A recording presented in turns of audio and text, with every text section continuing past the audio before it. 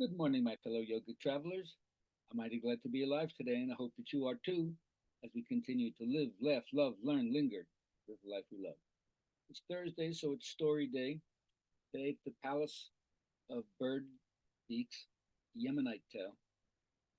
Once King Solomon, supposedly the wisest man of his generation and the prototype for wisdom throughout the generation, he said to his wife, "It's your birthday coming up. What would you like? I'll give you anything you want." And so she frivolously said, "I'd like a palace built out of bird beaks." Right, shall be done. So he immediately used his magic ring and put it like that, summoned all the birds in the world and a multitude of every bird you could think of, the robins, and the storks, and the sparrows, and even the ostriches that had to like walk and couldn't fly. Everybody came. When they're all assembled, he said, "Listen, my wife's birthday is coming, and I've decided to give her a gift of palace made of bird beaks. So you're all going to have to sacrifice your beaks." They're all shocked. What? And as so get in line, and we're going to get ready to cut off your beaks. And then all of a sudden he said, "But wait a second, where's the hoopoe? It's one of my favorite birds. I thought that he had great affection for me and would definitely listen to my commands." Don't know where's well, you'll have to proceed without him. Just as they were about to start, the hoopoe came and said, "Where have you been?" "Oh, I've been flying, here, there, hither and yon." He says, "Well, now you have to get in line like everybody else. I'm cutting off all the birds' beaks." "Wait a second, wait a second. You can't do that. I have a proposition for you." Oh, all the birds were like shots at how bold could the hoopoe be talking to the king like that.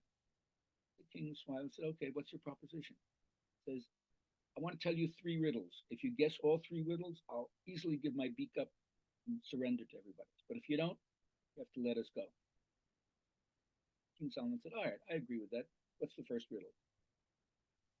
First riddle, he said, is, "Who is it that is never born and never dies?"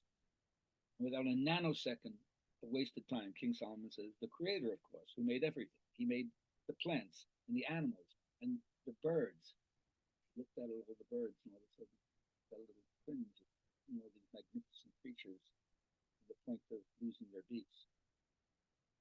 And the hoopoe cleared his throat and said, "Okay, can you tell me what water neither arises from the ground nor falls from the sky?" And again, without a moment's hesitation, he said, "Why, a tear that's shed in sadness." As he said that, he saw the eyes of all the birds looking very, very sad, and in fact, he felt a tear coming to his own eye when he saw the despair. In fact, when he touched his eyes, it was wet. He wiped it across. And the hoopoe, with very quivering voice, and everybody thinking that this is the last chance to be saved, was listening. And his third riddle was, "What is so delicate that it can put food in a baby's mouth and yet strong enough to drill holes in wood?" Solomon's face creased in thought for a second. And then he got, "A bird's beak, of course." He was very satisfied, but in the moment he also felt shame. He looked at the multitude of wondrous birds out there, every size, every shape imaginable, thought how unbelievable it was to have a bird's beak, their survival. And he felt the weight on his shoulders. And then he reached down, he gently took the hoopoe up in his arms and said, "It's not for me to take your beaks away. I may have solved the riddle, but I'm not taking your beaks away. There will be no palace made of bird beaks." Everybody was so relieved. And he said, "Listen, all the birds, you can go." But then he kept the hoopoe and called his goldsmith. He said, "You have taught me, my friend. You have greater wisdom than I.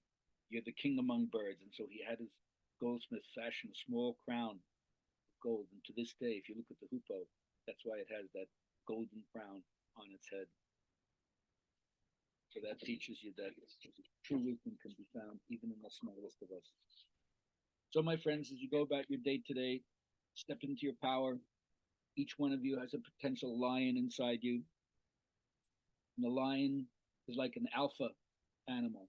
Okay. It has no shame in showing up and showing who it is and being seen. That's a certain kind of sovereignty based on its own inner strength. It withdraws a projection of strength. It doesn't put its strength on other people and ask other people to carry it. It walks around knowing it has strength. So For us, this means find your voice, differentiate yourself from other people, discipline yourself, know that you're not going to give up when things don't work out. As I like to say, hammer it, follow through, break down the barriers, and then realize in a certain way you have responsibility. You have a part of you that has a certain sense of inclusive caring, part of you that wants to protect people who can't protect themselves, part of you that wants to use your knowledge for the benefit of other people, and a part of you that's going to dance all four quarters, which will include your lover energy. So that means you have to do something that's artistic. So I hope that you find a way to write, paint, sculpt, dance, sing, even if it's just how you make your pasta sauce. And for my friend out there, you know who you are. The beautiful presentation of your food, that's an art form as well, isn't it? So even if you look in the world and say, well, the odds are not good that we're going to make it, you might as well try it, don't you think?